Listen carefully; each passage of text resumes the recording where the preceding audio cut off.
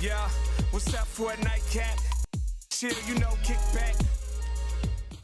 Welcome to the Nightcap. It's your girl, Carolina Sanchez, and tonight we're diving into social media, baby.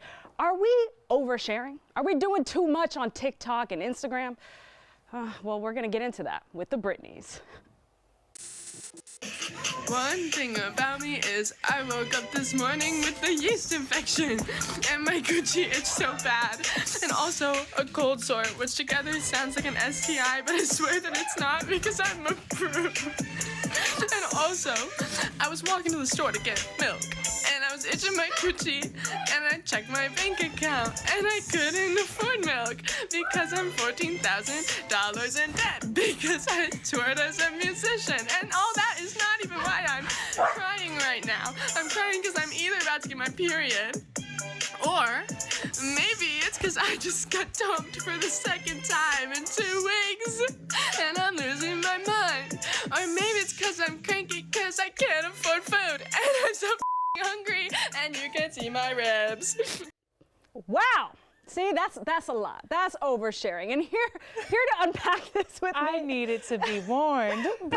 Brittany Crossman, social media expert, and Brittany Noel, a therapist. Okay. I needed a warning. I'm sorry. I'm so sorry. But this is oversharing at its peak. I mean, it's a super freaky girl challenge that's going around on TikTok where they go to this beach sharing, you know, things about themselves. But some people take it too far. Is this too far? I'm concerned. Faces. You're concerned. Concerned. I was not expecting that. Yes. At I mean, they get all. crazier. I mean, some people like share about affairs. They share about, you know, childhood traumas. This was on the tamer end, possibly, but it was a bit medical sharing. yes. I don't know. Yeah, I would say that that's a bit much. I would not do that myself. I would not recommend it to my clients.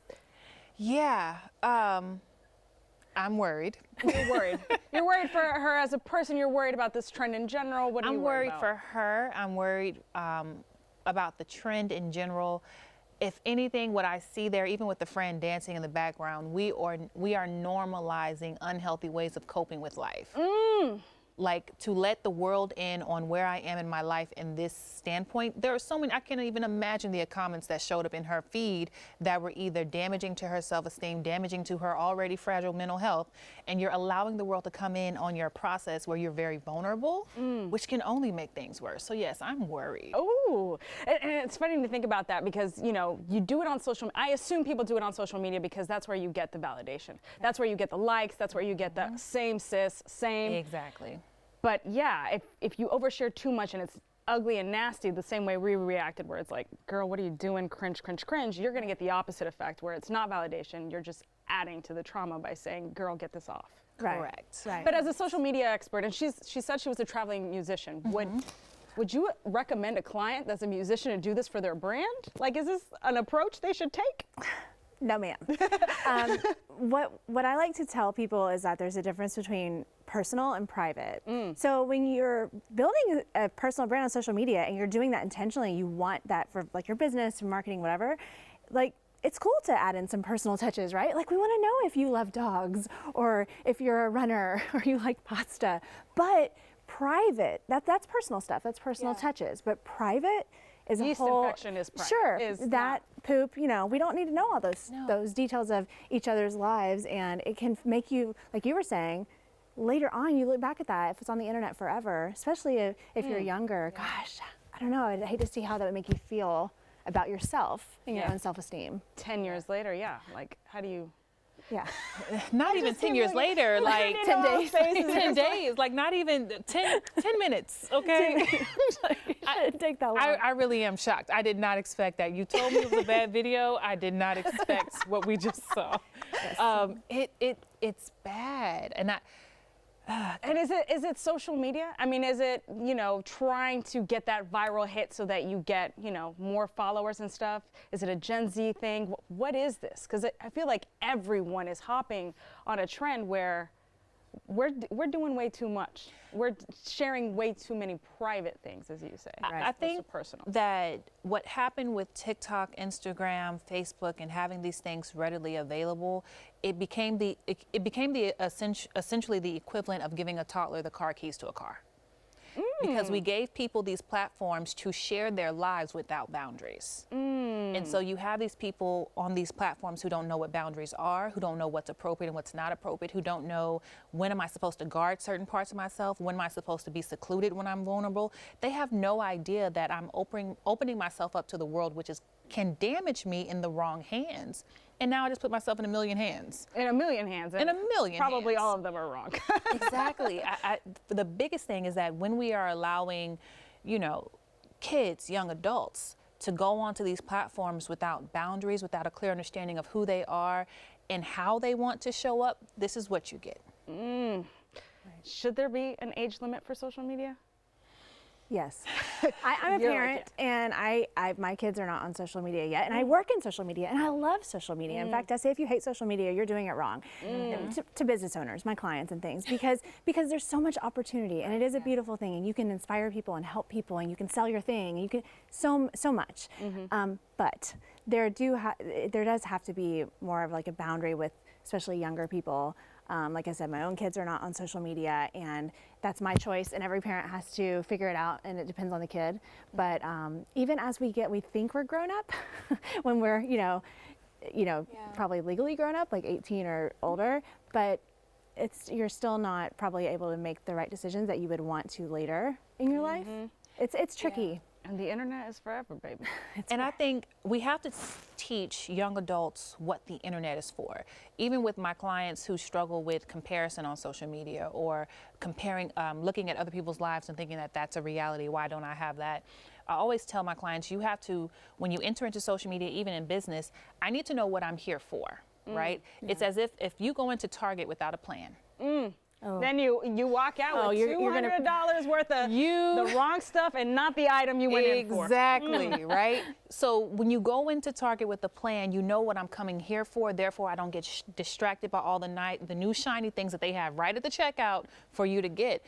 When I know that I'm on social media for entertainment, or I'm on social media for purposes to find my clients or to market myself, I'm here with a purpose, but I'm not here to be consumed or defined by what it is I'm looking at. Yeah.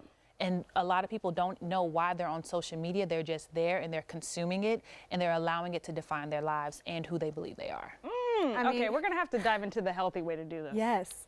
Can I hire you? Like this is, you already know. Like you need clarity. We need, you're so right. Social media is a great. I told her today. I said if I wasn't in business, I would be on social media for restaurants and shopping. That's what I enjoy it for. Okay, right? We're gonna have to get into this, but first we're gonna go to the Ed Experience for a classic martini. Stick around.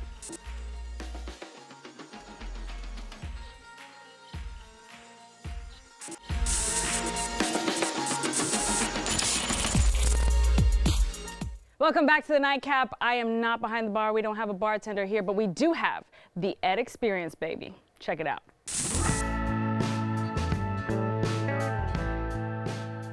Hey, welcome to the Ed Experience. I'm Ed Warner, and today we're going to make a martini. And you notice I just said a martini. I didn't say a vodka martini, a lemon drop martini, a martini. And a classic martini is made with gin. It's also stirred, and it also has vermouth. So a lot of those myths that you have developed for yourself, or you're influenced by James Bond, this is how you make a martini. Now, if you notice, I have 2 martini glasses with ice in them, chilling.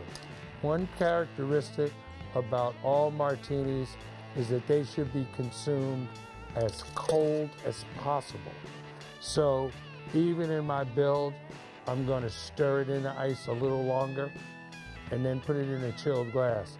Even if you have the facilities at your house where you can keep martini glasses in the freezer, I would still recommend while you're prepping your martini is to put ice in the glass. So I'm going to start out with a lemon peel. a couple of drops of bitters.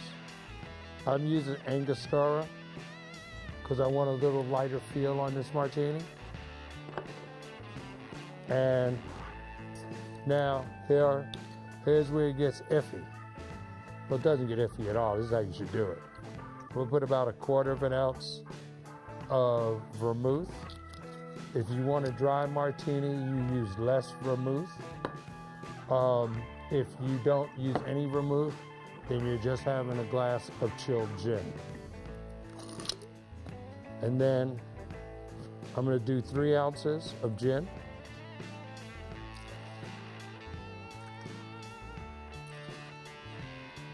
And add ice to my mixing glass.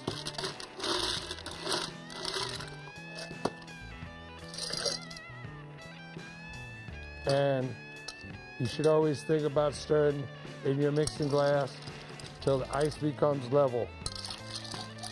So again, holding the glass, I'm going to stir this until I can feel my fingers getting cold. And then I'm going to stir it a little bit longer.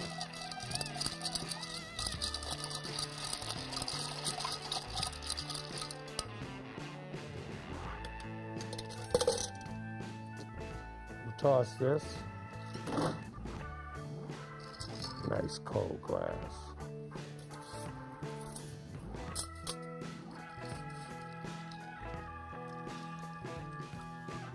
This is a clean drink. Even though this glass is a little tinted, you shouldn't have ice chips in your cocktail. You shouldn't be cloudy in any way. I'm going to espresso this lemon and then make a nice little curl and a martini.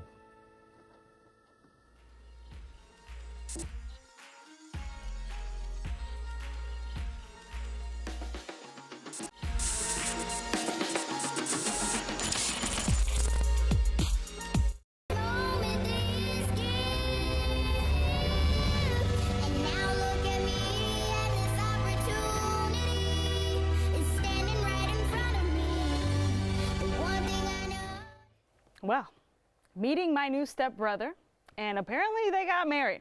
We've been talking about oversharing. Is that considered? Okay. Brittany Crossing. What? Was that too much for you? Was that too much? It looked like a beautiful wedding.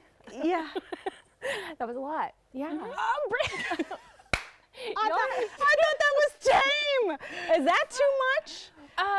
The only reason why I'll say that it's not too much is because she's really just telling her truth in that story. Yeah. While the truth may be shocking to us, clearly this is a truth that she has accepted, her family has accepted, and that's her life, right? So I don't think this is too much oversharing. She's making a wedding announcement the same way anyone else would. It's just the groom is a little shocking. Yeah, it's not an unknown person. Yeah, it was shocking. It's fine, right? You're not sure. You're not sure. She's like, question. Okay, so trying to be open-minded. Okay, so that seems like it was a little much for y'all. Obviously, it was her truth. So at what point is oversharing okay? Okay. It's not okay. No, and I will say, so as a therapist, having my own podcast, having my own platform, I will say that even in my business, that my business boomed when I was willing to be transparent about my story and about the things that I have gone through and overcome.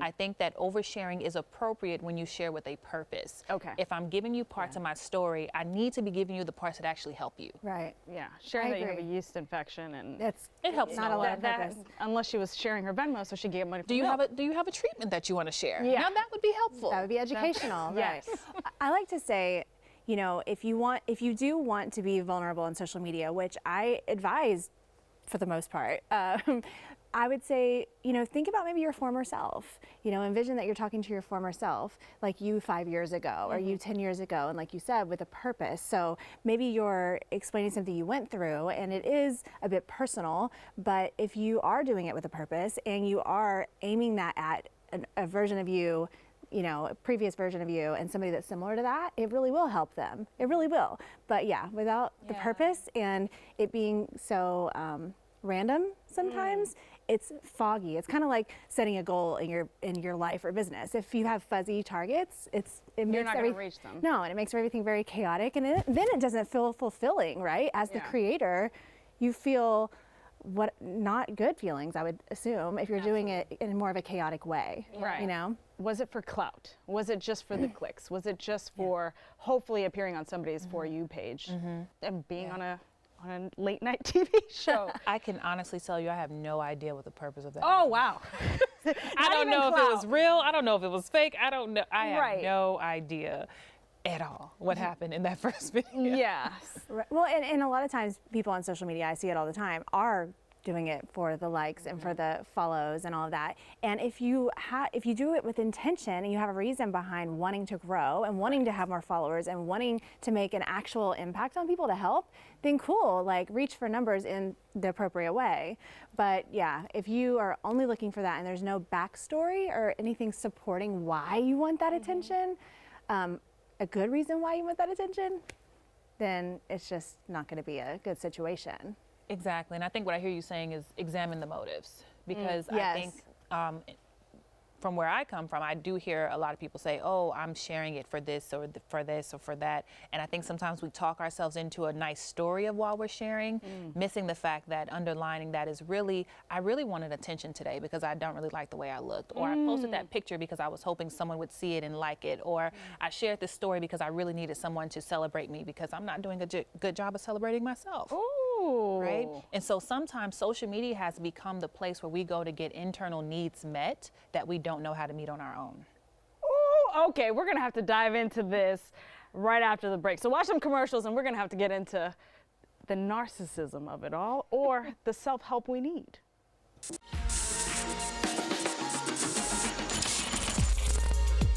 Welcome back to the Nightcap. We've been talking about oversharing on social media and how detrimental that can be. But what is it that's behind all of that is what we're getting into with Brittany Crossan, a social media expert, and therapist Brittany Noel. When we left, you were saying you probably need to do some self-reflection before you post because you might be looking for validation because you're not feeling good, actually, at the end of the day. Absolutely. And I was saying that it definitely takes a certain level of emotional maturity and self-awareness, because you have to be brutally honest with yourself when you're getting ready to post that picture of you in your vacation bikini. You know, am I posting this because I want to say, hey, I'm having a great time in the Bahamas, or do I really want people to see what my gym life is looking like and I'm showing off my new physique, right? And if that's the case, cool. But be honest with yourself about why I'm doing it so that if I don't get the response I'm looking for, I'm not disappointed or I'm not feeling down about myself because someone didn't go into the comments and say, girl, your abs look great, right? Like, how am I going to feel after the reaction comes? Like, do I need the endorphin hit every time somebody likes it? Exactly. Am I addicted to that? Right. And what I have done is I've even made a pact with myself. If I find myself in a place where I'm like, okay, I'm posting this picture because I want that attention or I want people to say, girl, you look good, I will go to the mirror first and say, well, Brittany, you need to affirm yourself first. Ooh. Because I will never allow the world to give me what I cannot give myself. Okay. So I have made but that that's an hard. internal That's pact. hard to teach. Oh, yes, it's hard. Like, I don't look in the mirror and say I'm a bad bitch. I need to, though. You wink at yourself. That you can't not smile. You look at yourself in the mirror and you. Oh, I like that. That's cute. See, and she's discreet. I look in the mirror and we have a whole conversation. Oh, okay. I see you. Okay, legs, I see you. And it's because I would rather have my own self-approval than to hope you give it to me. And that's something I've had to learn as an adult. And when we look at these girls on these videos, they're still in their young ages where, as a young Brittany, I didn't know that I needed to affirm myself first because the world will disappoint you. The world will disappoint. And so they're learning that, you know, I'm either going to be for me what I need, or I'm going to keep trying to get it from these other sources that are unpredictable. Right. But when you're building a brand, right, and you're wanting you need the attention, you need the likes and the follows, what are the boundaries you can set, or is anything fair game? I mean, you definitely need to set boundaries, but I think that if you go back to what we talked about earlier and you have your intentions set, you have to be really clear. You cannot have the fuzzy targets. You want to know what you're trying to accomplish in your brand, in your business. Am I trying to get 10 new clients a month? Am I trying to inspire you know, 20 people a week, or you really and truly have to form these goals. And it keeps you on track. It also makes you more productive and more efficient anyway, right, in what you're trying to do. And you think about the person you're trying to help. So if it's your ideal client or customer, or if it's your ideal follower that's going to be influenced by you as a brand, you think about that person. Give them a name if you want to. Right, imagine what they look like and what they feel. And when you look to the camera to share, you know, think about that individual and the impact you can make on them. And I think that will kind of naturally start letting you get into a groove and have some boundaries that feel right for you, you know? Do you think a person's character plays out with how they show up online? That's for another show, Brittany. That's for another show. Thank y'all so much. Oh, yeah. You better think twice before you post on social media. That's all I have to say. All right, don't be hopping on these trends, not thinking about intention or validating yourself in front of the mirror, baby. Give yourself that wink, okay? Cheers to you for being here with us on the Nightcap. We're here 11:30 every weeknight, and of course, streaming on Fox Soul.